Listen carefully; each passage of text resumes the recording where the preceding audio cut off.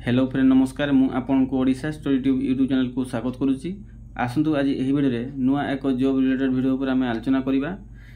एथर Mayurbhanj district Baripada छौपड़िया ठारे हेबो भारतीय वायुसेनार अग्निवीर वायुमेघा नियुक्ति रैली। आसंता अगस्ट 27 तारिख रु सेप्टेम्बर 4 तारिख पर्यंत नियुक्ति रैली अनुष्ठित हेबो। उभय पुरुष और महिला आशायी प्रार्थी और प्रार्थीनी निमंते 3टी पर्यायर नियुक्ति रैली अनुष्ठित हेबो।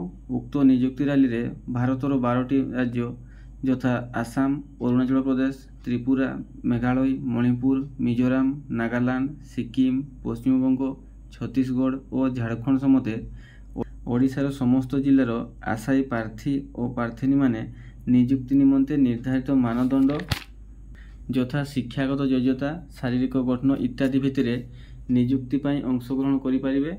एही नियुक्ति रे अंशग्रहण करिबा पाई पूर्वरु कोनोसी पंजीकरण आवश्यकता नहीं।